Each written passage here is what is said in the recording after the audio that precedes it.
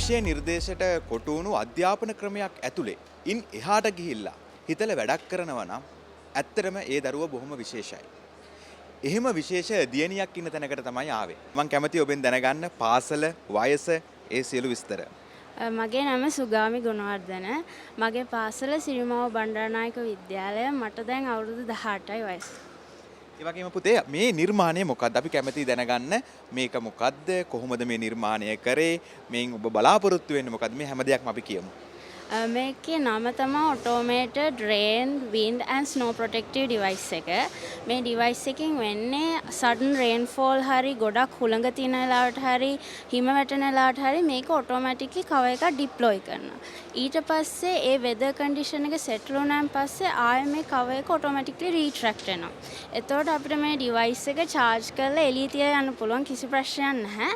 එයා automatically තනියම වැඩ කරනවා. ඒ වගේම අපි දැක්කා මේ සහතික තියෙනවා, පදක්කම් තියෙනවා, සම්මාන තියෙනවා. අපි ඒ පිළිබඳවත් මතක් කරමු. මේක මම කරන්න පටන් ගත්තේ 2021 දී.